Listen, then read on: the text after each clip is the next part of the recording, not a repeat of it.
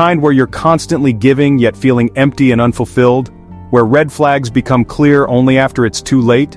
If you've ever wondered, why do I keep attracting dysfunctional people? You're not alone, and more importantly, you're not stuck. Welcome to Wise Valley, the place where we explore self-improvement, emotional resilience, and practical strategies to build a healthier, more fulfilling life. Today, we're tackling a topic that hits close to home for many: how to stop attracting and attaching to dysfunctional people. It's a painful pattern, but understanding why it happens is the first step to breaking free. Before we dive in, if you find this video helpful, don't forget to hit subscribe and turn on notifications. Your growth journey matters, and we're here to support you every step of the way. Let's start by unpacking why this happens. The truth is, attracting and attaching to dysfunctional people often isn't about them. It's about us. It's about our internal patterns, beliefs, and past experiences that shape the relationships we gravitate toward. 1. Emotional scars and unhealed trauma. Many of us unknowingly carry emotional wounds from our past, whether from childhood, previous relationships, or other experiences. If you grew up in an environment where love was conditional or chaotic, that might feel familiar to you, even if it's unhealthy. Your brain is wired to seek out what it knows, mistaking dysfunction for connection. For example, let's say you had a parent who was emotionally unavailable. You might unconsciously attract partners or friends with similar traits, trying to fix the dynamic you once endured. It's a subconscious effort to rewrite the script, but it often leads to the same painful results. 2. Low self-worth and people-pleasing tendencies. Another common reason is rooted in self-esteem. When you don't value yourself, you're more likely to accept behavior that doesn't align with your worth. People pleasers in particular are at risk because they prioritize others' needs over their own. This can create a dynamic where you tolerate dysfunction in exchange for approval or love. 3. Lack of awareness and boundaries. Sometimes it's simply about not recognizing the signs early enough. Dysfunctional people often mask their issues with charm, making it hard to see the red flags until you're deeply invested. Without clear boundaries, it's easy to let these relationships consume your energy and derail your peace. Now that we understand the why, let's focus on the how. Here are practical steps to help you stop attracting dysfunction and start building healthier connections. Step 1. Cultivate self-awareness. The first step is recognizing your patterns. Ask yourself, what types of people do I tend to attract?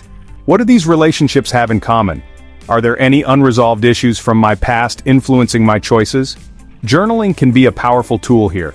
Write about your past relationships, both healthy and dysfunctional. Look for recurring themes or behaviors. Awareness is the foundation for change. Step 2. Strengthen your self-worth. The relationships you attract often mirror how you feel about yourself. To shift this, invest in activities that build your confidence and sense of self. Practice affirmations like, I am worthy of love and respect. Surround yourself with people who uplift and inspire you. Set small goals and celebrate your achievements to reinforce your value. For instance, if you're used to saying yes to everything, start small by saying no to something that doesn't serve you. Each time you honor your needs, you reinforce your self-worth. Step 3. Learn to identify red flags. One of the most empowering skills is learning to spot dysfunction early. Some common red flags include inconsistent behavior or broken promises, overly controlling or manipulative tendencies, a lack of accountability or refusal to accept responsibility. Remember, recognizing red flags doesn't mean judging someone, it's about protecting your energy and well-being. Step 4. Establish and communicate boundaries. Boundaries are essential for healthy relationships. Start by identifying your non-negotiables. These could be, I won't tolerate dishonesty. I need mutual effort in my relationships. Communicate these boundaries clearly and stick to them. For example, if someone disrespects your time, let them know it's not acceptable and enforce the boundary by limiting your interactions if they don't respect it. Step 5. Heal your inner world.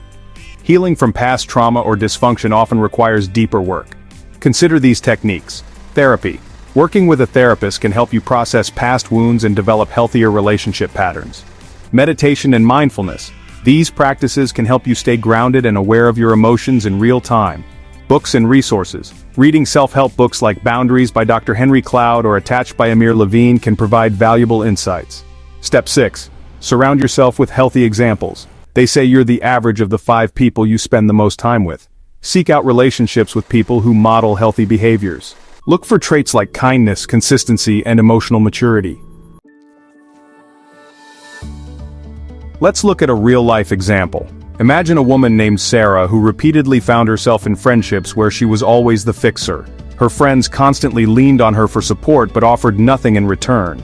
After reflecting, Sarah realized this pattern stemmed from her fear of being alone. She started working on her self-worth, setting boundaries like limiting late-night calls and prioritizing her own needs. Over time, Sarah attracted friends who valued her for who she was, not just what she could offer.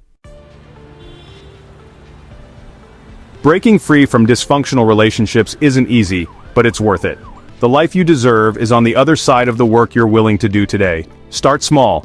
Maybe it's journaling about your patterns, saying no to an energy-draining request, or reaching out to a therapist for support.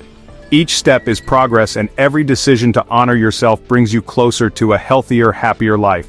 If this video resonated with you, let us know in the comments. What step will you take today to break the cycle? And don't forget to like, subscribe, and share this video with someone who might need it.